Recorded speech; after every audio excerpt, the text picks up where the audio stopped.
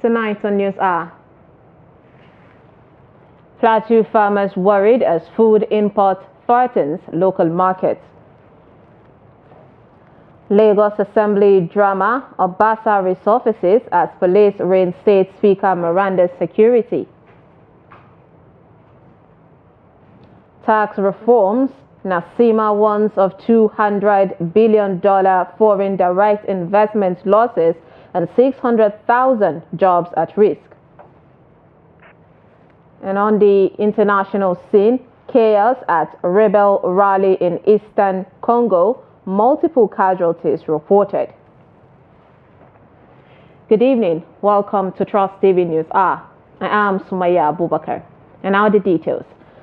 Farmers in Plateau State say importation of food items into the country will affect local production of agriculture and further force the down prices of locally produced food in the country. Nigeria's Minister of Agriculture, Abubakar Kyari, had announced in July last year that the federal government will suspend duties, tariffs and taxes on the importation of maize, husked brown rice, wheat and cowpeas through the country's land and sea borders for 150 days, but many have criticized this policy. Adomusa got the reactions of farmers in Jos and now report. According to agricultural experts, food importation in Nigeria is significantly harming local farmers by creating unfair market competition due to cheaper imported goods. They said the policy will reduce income for farmers and hinder their ability to access modern farming technologies and support services. With the recent drop in prices of food items in the country, farmers say the influx of imports has saturated the market, leaving them with limited opportunities to sell their products and access buyers. Actually, it will affect we farmers because it's like the federal government are not encouraging us.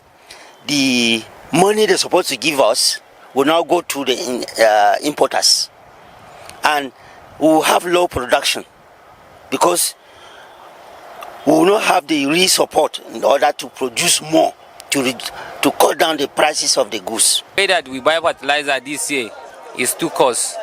The fertilizer and the other items that we are using, such as insecticide and the rest, and all the things that we are using to make our farm better. Actually, this year is too cost. If governments say that they must import, actually the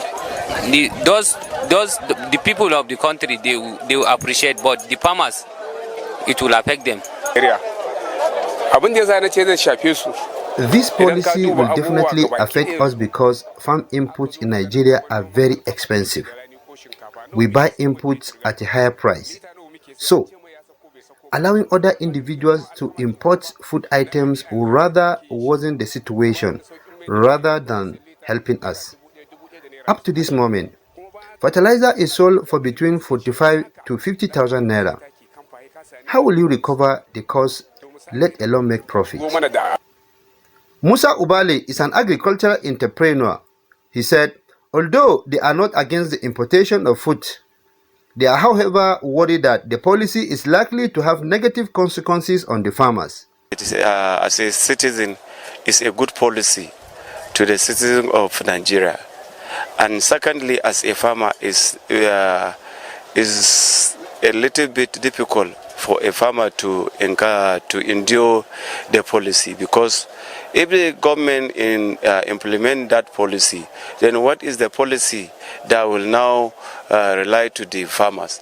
The farmers suggest that unless the government readjusts the policy to ensure that it is fair to all parties, many would opt out of the business. The federal government can encourage farmers to produce grains in large quantity.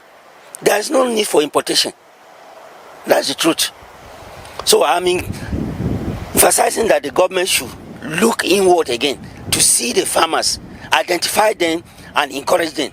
The thing is that if they want to export or import goods from other countries, let them empower the farmers let them empower the farmers of their own country first. If government are implementing that policy of importing, then there will necessary, I will say, there is a need for government to at least subsidize input that we farmers normally use in Nigeria. Up to now, the policy that government implement of bringing this grain outside the country, while the input in Nigeria is very costly, that means there is discouragement in farming system in Nigeria. The price of food items have remained low since December last year, a situation that many farmers say is likely to affect next year's farming season in the country. Ado Musa reporting for Trust TV. To political matters, where some members of the Lagos State House of Assembly have reiterated their stance against the return of embattled former Speaker Mudashiru Obasa. While moving around the Assembly premises to assert their presence, the lawmakers, speaking through the chairman of the House Committee on Information, Security and Strategy, Stephen Ogundipe, urged the party leaders to clearly communicate their position on the situation and how it should be resolved. Despite their appeal for guidance, the lawmakers firmly maintained that they no longer want Obasa as Speaker. Meanwhile, Obasa, who arrived shortly after the lawmakers had left, insisted that he remains the legitimate Speaker. He added that while he has no objection to being removed, the impeachment process must be conducted lawfully and correctly. This comes as all security aides attached to Speaker Mojishola Miranda were withdrawn. I've never been removed. There's nothing like impeachment. So I don't know what you are saying. I've said this openly. Sir. That everybody, remove, what is it called? Impeachment or whatever, or removing is all democratic and constitutional. But in doing that, to achieve that, you must follow the due process. Nobody is against. I'm not against being removed. If I do that, then I'm not democratic.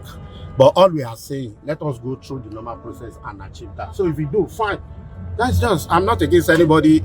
I don't have anything against anybody. All my colleagues, they've always been my brother. They have always been loyal. They've been dedicated. A strong commitment to serve the people of Lagos. I will continue to do that together. For me, I have no reservation, nothing against anybody, and no intention of victimization. We are approached by our leaders that we should remain calm and take things easy until the approach. But we are shocked to see what is happening today. And we are still expecting them to come and tell us where we went wrong or what really went wrong. We won't take laws into our hands, just like I told the staffs that they should not take laws into their hands. But we all belong to different constituencies and we have our mandate. And whatever has to happen, the leadership should speak with us and not this charade that we are seeing. For me to even enter the gate, I was stopped and told by security operatives that I cannot enter the House of Assembly. It's an embarrassment. We hereby reject Obasa. We reject Obasa. We reject him in totality. Meanwhile, the Lagos State Police Command says it has restored the security details of the Speaker of the State House of Assembly, Mojishola Miranda. But speaking at a press briefing on Thursday, Lagos State Commissioner of Police Moshood Jimoh said 4 security personnel attached to the Speaker who were earlier on withdrawn have since been restored. He said the withdrawal of the security details attached to the Speaker and other very important personalities, the VIPs, in the state was in line with an ongoing audit of police personnel and firearms. He disclosed that the same audit is currently being conducted in other states' police commands and not Lagos alone.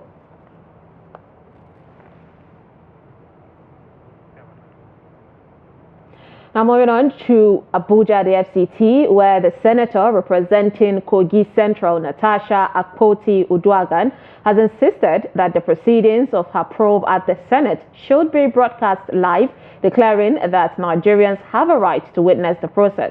Akpoti-Uduaghan, who was referred to the Senate Ethics and Disciplinary Committee following her face-off with Senate President Godswill Akpabio over a seating arrangement, said she was ready to face the panel but will not allow the matter to be handled behind closed doors. In a statement she posted on her Facebook page on Thursday, the lawmaker said she had so far refrained from speaking publicly on the issue and other developments in the Senate, but had now decided to break her silence. She urged Nigerians to follow the proceedings closely, emphasizing that she would push for full transparency. The Nigeria Association of Chambers of Commerce, Industry, Mines and Agriculture, NASIMA, has cautioned against the potential loss of over $200 billion in foreign direct investment and the risks of more than 600,000 jobs in the proposed tax reforms targeting free trade zones are implemented. On the second day of the public hearing on the tax reform bills, NASIMA expressed concerns about the impact of the proposed tax measures on free trade zones. The report. NASIMA, along with the Manufacturers Association of Nigeria, the Eriwa Consultative Forum, and the Oil Producing Trade Sector OPTS, made submissions before the House Committee on Finance. While NASIMA acknowledged the necessity of the reforms, it warned against undermining business operations, describing the language of the bill as militarized and cautioning about potential legal and economic consequences, particularly concerning Section 57 of the Nigerian tax bill. The Manufacturers Association of Nigeria welcomed the proposed reduction in company income tax from 30% to 27%, highlighting its alignment with Sections 187 and 189 of the Nigerian tax bill. The Eriwa Consultative Forum emphasized the need for careful planning, effective communication, and strategic implementation of the tax reforms. Those have contributed, they have put their money down based on a law. You change the law on 1 week notice, that is unfair. And the people will end up in litigation. So I'm not issuing a threat, I'm just appealing that we should have more engagement with them. Let us have something that works for all of us. One of our concerns could be found on second schedule of Section 60 of the Nigeria tax bills. Briefly, the provision of the tax bill on the free trade zone should be upheld as it offers clarity and aligns with the intent and letters of the enabling laws. Don't go and put everything in a law. Leave it to guidelines. Nigerian National Revenue Service with National Fiscal Commission, Revenue Mobilization, Allocation and Fiscal Commission, that's their own job. In response to the concerns raised, the Presidential Fiscal Policy and Tax Reform Committee and the Federal Inland Revenue Service provided clarifications. Chairman of the Presidential Committee, Taiwo Yedele, explained that while currency in circulation is about 4 trillion naira, the total money supply exceeds 100 trillion naira. He and other government officials assured NASIMA that their concerns were being addressed. There is no law today, not the NEPSA Act, not the Oil and Gas Act, no other law that says when you bring it to the custom territory, you can sell without paying taxes. You produce your own goods because you don't pay tax as 10 naira. You come to custom area, you sell it at 15 naira. The person in custom area that is paying us taxes that we are using to do the road, to provide the electricity, to do all those things, has produced his own at 25. You come to cut the market and you are selling at 15. The contentious provisions in the Nigerian tax bill proposed the introduction of minimum tax rates and the removal of long-standing tax exemptions for businesses operating within free trade zones. Industry stakeholders argued that this contradicts Nigeria's industrialization and investment goals. As part of efforts to promote social sector reform and development, the House of Representatives has highlighted the need to address challenges in the education sector, particularly in technical education. Speaker of the House, Tajuddin Abbas, disclosed this at a public hearing on the proposed Federal Polytechnic in Adigbo, Benue State, and the proposed National College of Entrepreneurship and Skills Acquisition in Ilela, Sokoto State. The Speaker, who was represented by Representative Ifeoluwa Ehidero, noted that modernizing technical education is vital for equipping Nigerians with the skills needed for economic growth. Chairman of the House Committee on Federal Polytechnics and Higher Technical Education, Fuad Kayode Laguda, urged support for the bills, describing them as crucial for strategic educational progress and sustainable human capital development. The proposed Federal Polytechnic Adigbo Benue State is expected to provide essential training opportunities for aspiring entrepreneurs in science, technical education, and management science.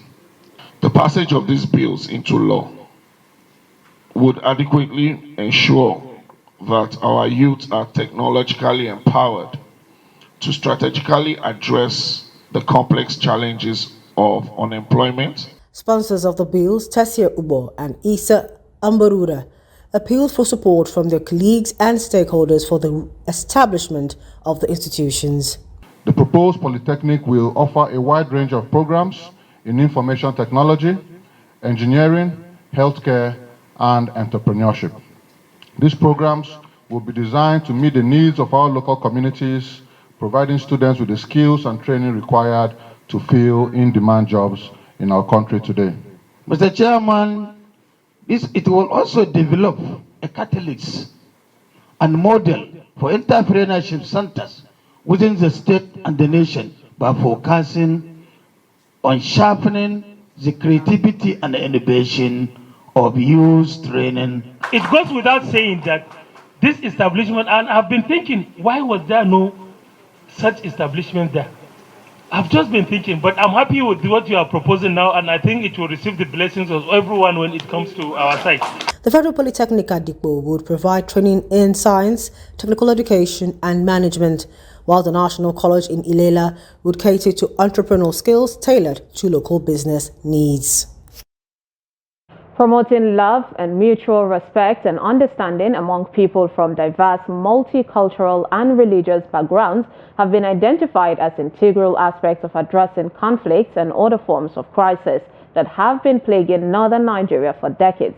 Religious leaders say tolerance and respect are enshrined in the teachings of the two major religions of Islam and Christianity, but adherents have deviated from the teachings, resulting in unrest in Nigeria, particularly the north.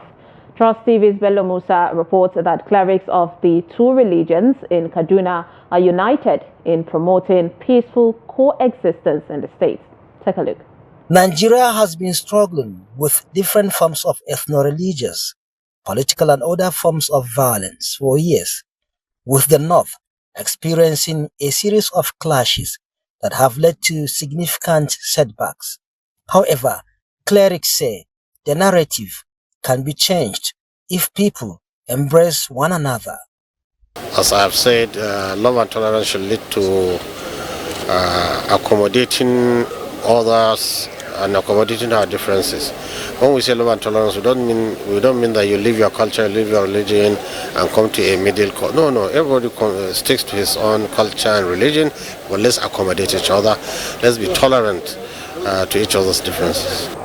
We have been brought so that we will be reminded that we need to think and think well, and the need for re-socialization, recalibration of our thinking, of our conduct, behaviors towards our Creator and behavior towards one another. Because I did not create myself a Christian, neither did you create yourself a Muslim. The clerics noted that love for material things has led many people into engaging in violence. Violent groups, violence, cults, and so on and so forth, bedeviling our nation. It could be, is it armed robbery, is it banditry, is it clashes and so on, are born out of the absence of these human values that we need in the society to really live with one another and be our brothers' keepers. Religion is not a problem. Just as one of the speakers said, it is material things that people are, resources that people are fighting over. So if we really know what we believe in, religion, my cousin is a Muslim. I'm an Igbo woman. Imagine where my cousin is a Muslim. We live together. So for me out there, the people that are showing these differences, like Sister said, are not our age group and the age group behind us. It's the younger ones, whom I will say I will attribute lack of what to do. They are not busy. Stakeholders say With Nigeria having more than 250 ethnic groups and the largest population on the African continent, the country has managed to survive as an indivisible nation despite numerous challenges. So we have to promote, we have to show all over the world. If we can promote peace in Nigeria, so it means that all over the world can we bring the peace, because Nigeria is the only country has more than 250 ethnic groups are living together. So this is one of the example all over the world. Clerics and other stakeholders believe that by empowering the youth to cultivate a culture of peace and understanding, Nigeria will be a more prosperous and united nation.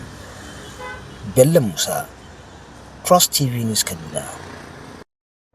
In Zamfara State, the state government plans to establish an alternative dispute resolution center, ADR, as well as peace and conflict resolution agency with a view to encouraging, facilitating and promoting the use of the ADR among litigants and placing litigation as a last resort in resolving conflicts in communities. The Attorney General and Commissioner for Justice, Abdulaziz Sani SAN, disclosed this at a one-day workshop to review the bill in Gusau, the Zamfara state capital, put together by the State Ministry of Justice in collaboration with International Alert to get the inputs of relevant players. The report. The one-day workshop brought together legal minds, government officials, traditional and community leaders, civil society organizations and the media, amongst others, under one roof. The idea was to seek the input of the stakeholders to fine-tune the bill for the establishment of the Alternative Dispute Resolution Center and Peace and Conflict Resolution Agency to enhance the peaceful mechanism of resolving conflicts in communities. The State Attorney General and Commissioner for Justice, Abdulaziz Sani, represented by the State Solicitor General, Justice Musa Garba, said the innovation had simplified the rigorous procedures of the regular courts and enabled disputes to be resolved within the stipulated period from filing up to the judgment. The Zamfara State government, under the able leadership of Dr. Lord, through the Sport Observer program, has introduced the small claims court in our judicial system, which has played a vital role in enhancing the timely delivery of justice in the state.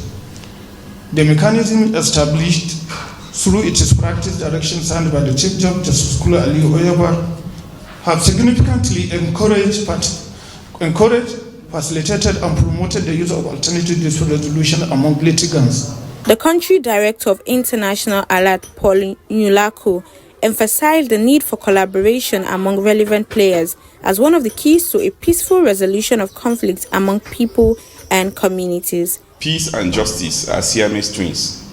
You cannot have peace without justice. If you look at SDG 17, it talks about peace, justice, and strong institutions.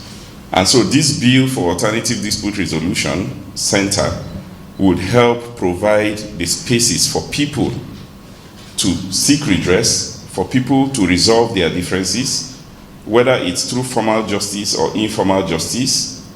There is a place where ADR, or what some of you would have heard, the multi-door courthouse, plays, especially at this stage where we are hoping that there will be a bit of the reconciliation and the peace process going further than it was. Some participants explained how this bill can be made richer and pledged the support for the success of the DDR Center in Zamfara. The engagement here is all about stakeholders' engagement on the establishment of Alternative Dispute Resolution Center in Zamfara State, and also establishment of Agency for Peace and Conflict Resolution. I make bold to tell you that if we can have a system where people will have confidence that if they go there, they will get justice, a lot of things, a lot of standing up, a lot of uprising, a lot of misunderstanding between the people in their local community will certainly be handled, will certainly be dealt with. Participants hope that if the proposal is passed into law, it will enhance dispute resolution efficiency and accessibility, as well as support peace efforts to resolve conflicts in Zamfara State. The management of the Mariam Abacha University, Kano, has enlisted the support of the Media Trust Group to enable it achieve its media and communications target. The courtesy visit, to the group's corporate headquarters in Abuja, the president of the institution, Muhammad Israel, said the visit was, amongst others, to explore a potential collaborative partnership with the Media Trust Group, which has the requisite platform, expertise, and spread to deliver in the area. Trust TV's Antonia Ebohon has the report. The delegation was led by the president, Muhammad Israel. Addressing the Media Trust team, the executive director, African Institute for Solutions and Development of the Mariam Abacha University, Salisu Muhammad Lawal, explained that currently the Mariam Abacha University has enrolled over 5,000 students, with female students making up about 90% of enrollees. Lawal said the institution reckons that women need to be educationally equipped to enable them play active roles in the development of Nigeria in general and the North in particular. He said the institution finds Media Trust Group as a dependable ally in terms of amplifying and creating needed visibility for the Ivory Tower as they are taking development to communities and the underserved, out-of-school children, as well as indigent and traditional learning ecosystem to enable them benefit from what the school is doing. The secret for our success is our transparency and accountability and the proof of concept, the results that we show that this is working and this is what it has led to. While admitting that the greatest challenge facing northern Nigeria is education, Lawal noted that out of the 19 million out-of-school children in the country, 75% are in northern Nigeria. To help address the situation, he said the institution is reorienting northerners and creating an enduring strategic design aimed at increasing enrollment into the conventional educational system. In Nigeria, particularly in northern Nigeria, 19 million children are out of school in Nigeria. The preponderance of them, 75% of them, are in northern Nigeria. And a vast majority of that 75% is in northwest Nigeria. And I come from northwest Nigeria. Dr. Liman comes from northwest Nigeria. Bichi comes from northwest Nigeria. So you see that we think we have a challenge on our hands. And now Majalis in Gambia is going through the community systems, which the center is modeling now. And if that is accepted, there are pupils who are withdrawn from formal schools and the parents prepare Almajiri school. There are parents which, once you are trying to integrate subjects in those schools, the parent will go and withdraw their children. And the same school system is a culture, which you have to understand the culture first before you go into it. So the systemic models that we are adopting is one of the empirical evidence because it works somewhere. Responding, the acting editor-in-chief and chairman editorial board of Media Trust Group, Hamza Idris, assured that the group will give visibility to Mariam Abacha University through its numerous platforms to ensure education and other sectors in North get the needed attention. We speak with one voice. The government will listen to all of us because publishing and of course media practice, they will go hand in hand. They are inseparable. So we are a stakeholder in government, we are a stakeholder everywhere. And I want to assure you that we will give visibility to what you are doing. We'll continue to report to you whatever you do for the benefit of our businesses and for the benefit of humanity. So you are always welcome, and I will also be reaching out to you for clarification. Both parties are committed to working together to ensure development in northern Nigeria. The Minister of Power, Adebayo Adelabu, has disclosed that the federal government is owing electricity generation companies, GENCOs, and electricity distribution companies, DISCOs, over 4 trillion naira in electricity subsidy. The minister made the disclosure on Thursday at a public presentation of the National Integrated Electricity Policy, NIEP, and the Nigeria Integrated Resource Plan, NIRP. Adelabu said the debt has posed a serious challenge in strengthening the power sector to deliver optimum service delivery to consumers. Giving a breakdown, the minister said 2 trillion naira is owed to GENCOs as legacy debt, while another 1.9 trillion naira is owed to them as part of electricity subsidy for 2024, while the DISCOs are owed 450 billion naira for 2024 electricity subsidy. The minister said the government will not be able to continue the model of electricity subsidy payment, adding that a new model of intervention that will identify a segment of the population that are in need of it is in the offing. This is News Hour on Trust TV. Coming up, Oshun's Oriki tradition struggles to survive amid changing generation. This and more to come after the break. Stay with us. Welcome back and thank you for staying with us. If you are just joining us, this is Trust News Hour. Here's a recap of our top stories. Laboratory Plateau farmers worried as food imports threaten local markets.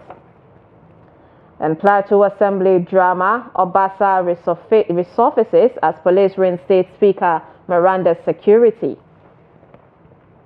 Now moving on to security matters, a group of heavily armed Boko Haram insurgents launched an overnight attack on Kwapre and surrounding villages in the new Yadul district of Hong local government area of Adamawa State. The attack, which began at about 7:30 p.m. on Tuesday, February 25th, and raged past midnight, left a trail of destruction in its wake. Locals said worship places, schools, houses and business premises were set ablaze and properties worth millions of naira looted. The village head of the Kwapre, Joel Kulaha, and Abales Jawaja, the village head of Hong, said the insurgents descended on the communities, touching buildings and cutting away valuables. They said fortunately no lives were lost in the assault, as residents, forewarned by the escalating threat, fled their homes before the attackers arrived. The police and other security agencies are yet to issue a statement on the attack. There is tension in Barakallahu, a community near the Air Force Institute of Technology in Kaduna State, after Nigerian Air Force personnel stormed the area, killing one person and injuring two others on Wednesday night. Reports say a vehicle painted in military camouflage color, which bore the NAF logo, arrived the community with 5 armed personnel apart from the driver, who was stepped out of the vehicle, with residents fleeing as the soldiers advanced. A video clip of the incident showed the personnel apprehending a man, while another video captured the soldiers firing sporadically into the air before the recording was abruptly caught. A separate video showed a large crowd mourning the deceased victim. Speaking anonymously due to fear of reprisal, a resident claimed that enough personnel had an issue with a resident because of a woman, and he mobilized his colleagues to the community. He said, unfortunately, the person who was killed knew nothing about the whole situation, as he was hit by a bullet from the gunshots by the soldiers. When contacted, the Air Force spokesperson, Air Vice Marshal Olushola Akimboyewa, confirmed that an investigation was ongoing. The Development Research and Project Center, DRPC, has solicited the support of the Emir of Zazzau, Ahmed Nuhu Bamali, in protecting women and girls from gender-based violence. This appeal centers on the effective engagement of Muslim opinion leaders in GBV prevention. During an advocacy visit to the Emir's Palace in Zaria, a DRPC delegation led by a senior program associate and project leader presented an overview of their initiatives. Trust TV's Bello Musa has more on this.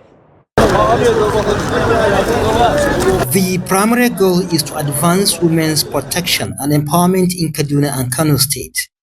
The DRPC's MOLS for GBV Prevention Project is a strategic effort to address GBV in northern Nigeria by leveraging the influence of religious leaders. The project aims to challenge harmful cultural norms and practices that contribute to violence against women and girls, utilizing an Islamic perspective.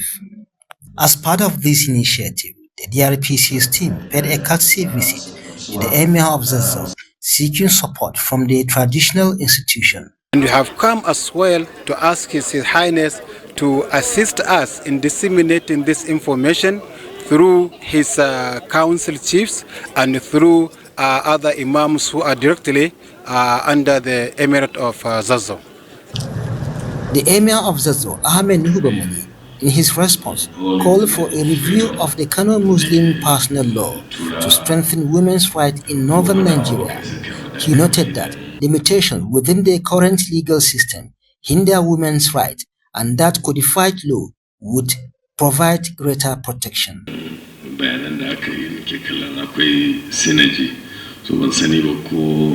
I hope we will go back and revisit the Kano Muslim personal law.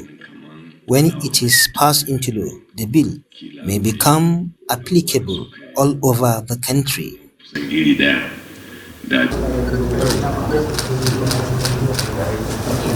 The Development Research and Project Center, a Nigerian non-profit organization established in 1993 by senior lecturers from Ahmadu Bello University ABU and Bayero University Kano BUK, focuses on public health, education, and women's economic empowerment.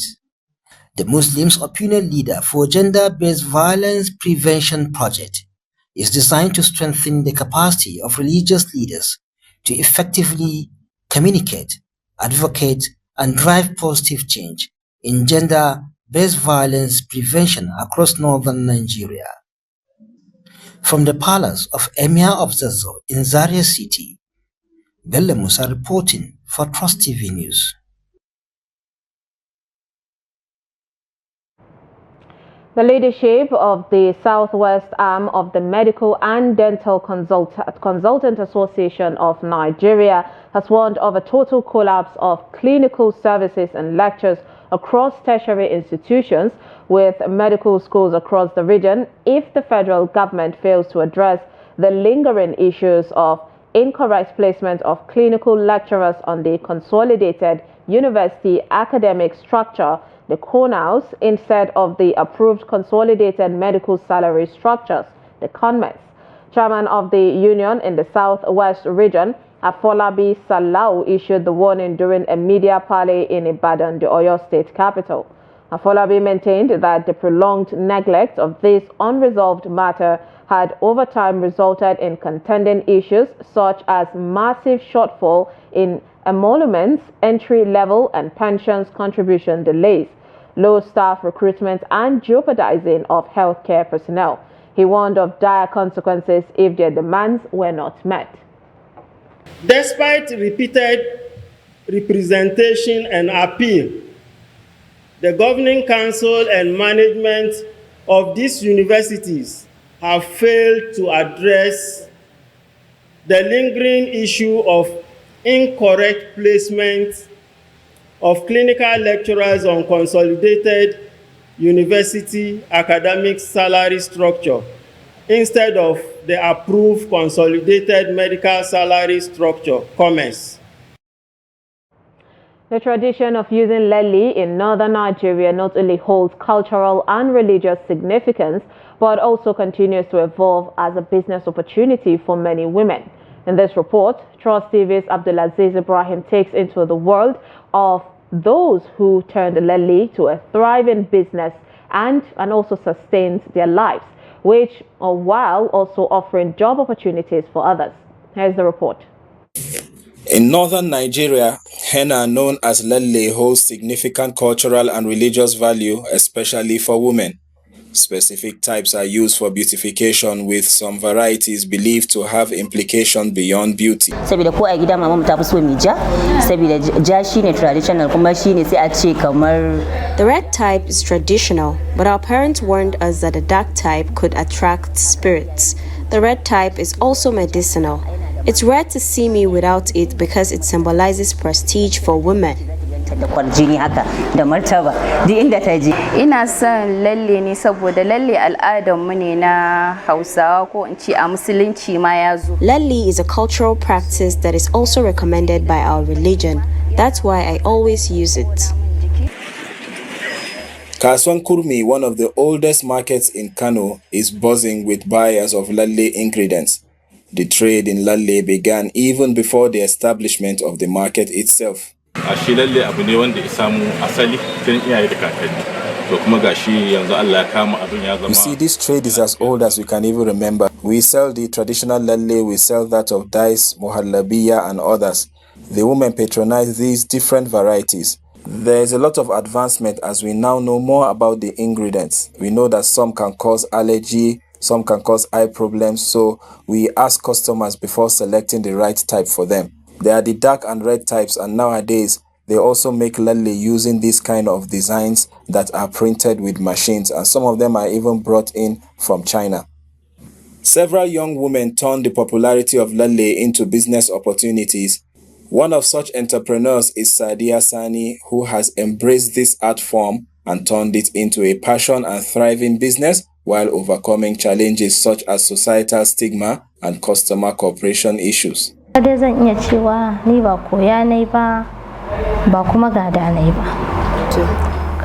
didn't learn lalle formally or inherit it. I've always loved drawing.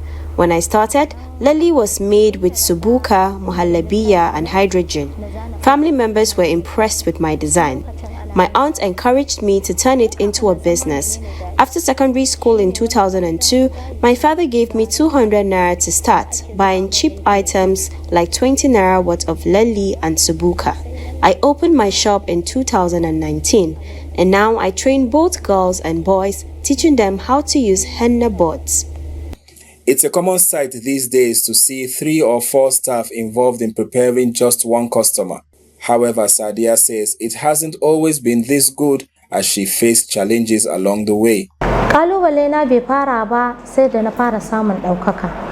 The challenges started when I became well known and had to open a shop. Some societal stigma arose, and it's unusual for women to have such shops, but I overcame it. Another issue is offering home services to customers who don't cooperate. But I've achieved a lot with many customers who are respectful. The least we charge is 6,000. Today, modern avenues like social media and attending events are key to Sadia's daily connection with a wider clientele. The practice has evolved from a mere beautification tool to a source of livelihood and empowerment for many. Abdulaziz Ibrahim, Trust TV News, Kano. Eulogy, known as Oriki in local Yoruba parlance, is a unique cultural tradition common among the Yoruba people of Southwest in Nigeria. It is used to praise people in a way that connects them with their source and reminds them of their origin. However, it appears the culture is gradually fading among the present generation as Oriki is gradually losing steam in Yoruba society. Hamid Oyegbade reports. Oriki is used to praise a person's positive qualities, physical attributes, and achievements, often incorporating metaphors and imagery to elevate their status. Ori means head, ki means to praise or greet and offer accolades by way of a chant or a song. Oriki is expressed by chant in Yoruba language and could also be by talking drum, also known as Ìlù Gángan. Àgẹ́jọ bí Àlàdé ọmọ ẹ̀fọ́dọ̀ ọ́nẹ́, Alẹ́kùnwọ́dọ̀ lẹ́ẹ̀rùn gágágá. Ẹ̀yin lọ máa jẹ̀sà tó ló ń tọ̀yọ̀ kùnlẹ̀. Ó ní ikú tí ẹ̀bá pa ni àfihàn dé ni. Ìjẹ̀sà òṣèré onílẹ̀ òbí. Ọmọ olóbì wọ́wọ́ ti wọ́, ọmọ olóbì wọ́wọ́ ti wọ́. Èyí tó bá jẹ́ tẹni àwọ̀ ságbò ẹni ló ṣogbo.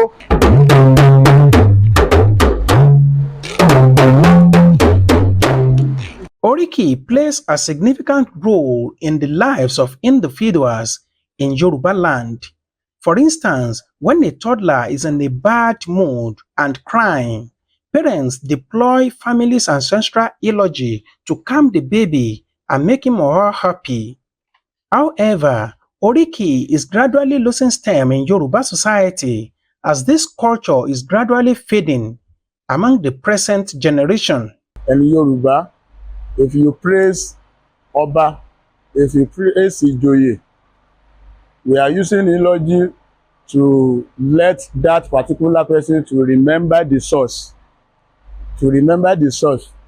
So to make him or her happy. The issue we have these days is some of us, we are forgetting our culture.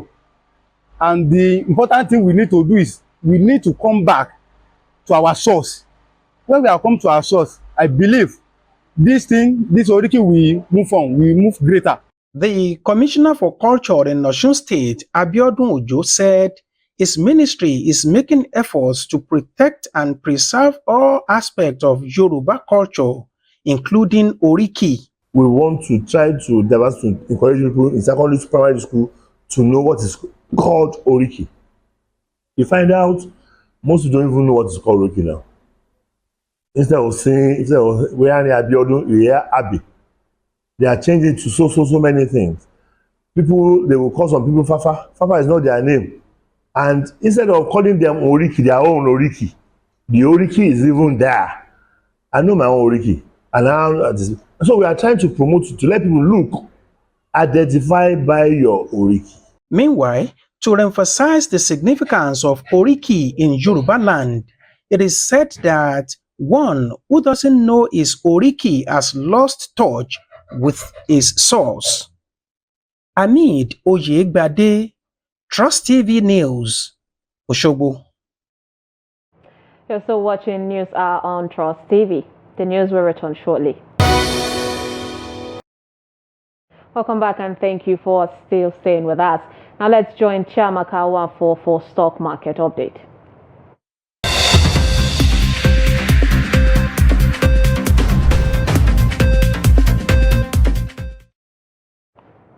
Good evening, this is Stock Market News Update. I am Chiamaka Ngafo. Let's see the happenings on the floor of the exchange on Thursday, 27th of February 2025.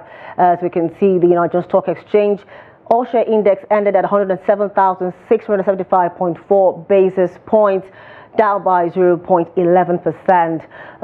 The market cap closed at 67.1 trillion naira and had the volume of 423.4 million shares traded in 11,112 deals valued at 9.6 billion naira. Who are our gainers on the floor of the Nigerian Stock Exchange today? We see that Owando topped the table, closing the day at 52 naira 80 kobo, up by 10% in share price appreciation. And the PZ Customs closed at 32 naira 45 kobo, up by 10% in share price appreciation. Honey Flour in third position at 30 naira 3 kobo, up by 9.96% in share price appreciation. We have a green table, we definitely have a red table. Let's see what's happening there. We see the Fitson closed the day at 17 naira 90 kobo, losing 9.60% of its share price. We have Eti at 31 naira 40 kobo, losing 9.51% of its share price, and Guinea at 0.66%, rather 0 naira 66 kobo, losing 8.33% of its share price. Who are movers and shakers on the floor of the Nigerian Stock Exchange today? We see again, just like Wednesday, it's a banking thing. FCMB topping the table, 102.2 million shares. Volume of shares traded. Zenith back in second place at 33.3 million volume of shares traded, and Access Holdings in third place at 31.2 million shares traded. Now that's it for the Nigerian Stock Exchange. Let's go to the Africa and global markets.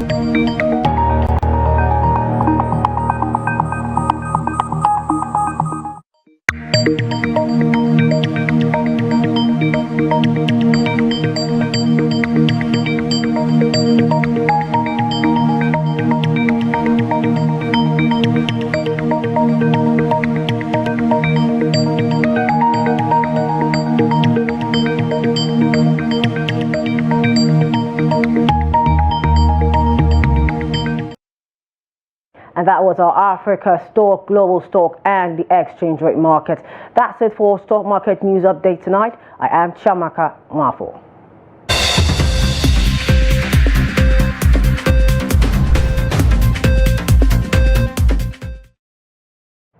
Thank you, Chiamaka, for the updates. Now, away from Nigeria, gunfire and explosions sent crowds fleeing in panic as a mass rally led by rebel leader Kone Nanga descended into chaos in the eastern DR Congo city of Bukavu on Thursday.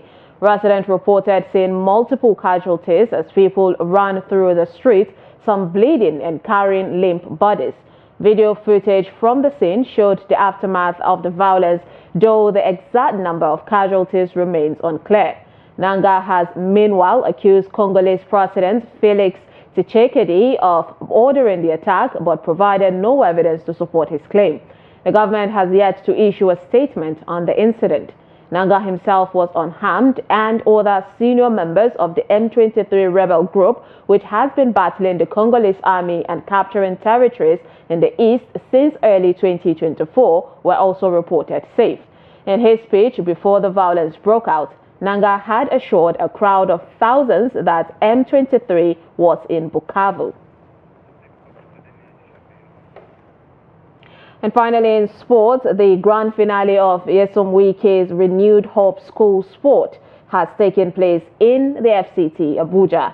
Trust TV's correspondent Adeni Ajishafe has more on this. The MKO Abiola Stadium hosted the Renew Hope 2025 edition of Nyesom Wike FCT School Sport that has students in junior and senior secondary schools competing for honors alongside primary school pupils in various sporting events.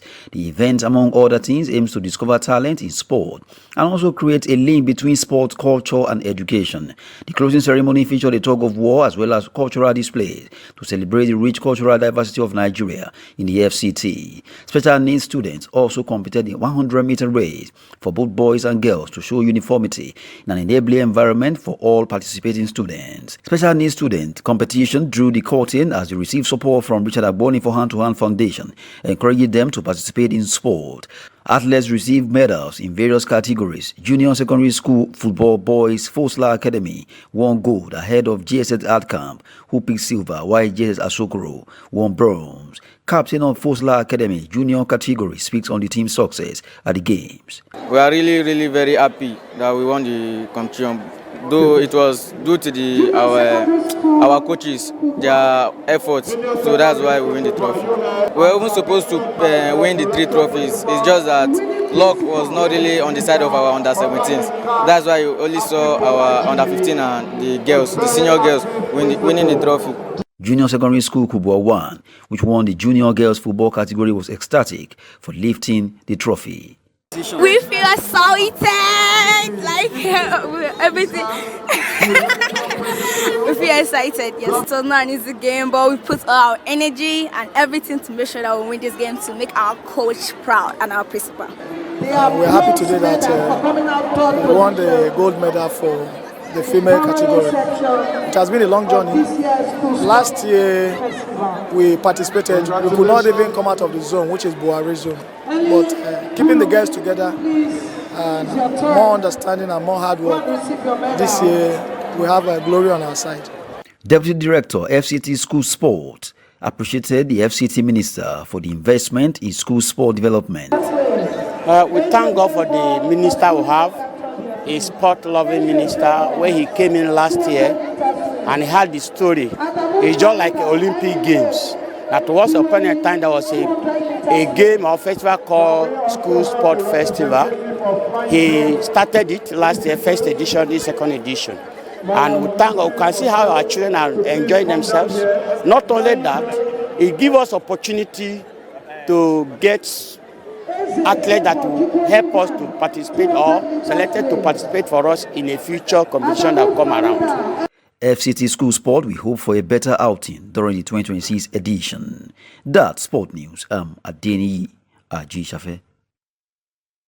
And with that, we wrap up Trust TV News. Do not forget to follow us across all our social media platforms and join our YouTube live stream for more news programs and documentaries. I am Sumaya Abubakar. Thank you so much for watching and do have a good evening.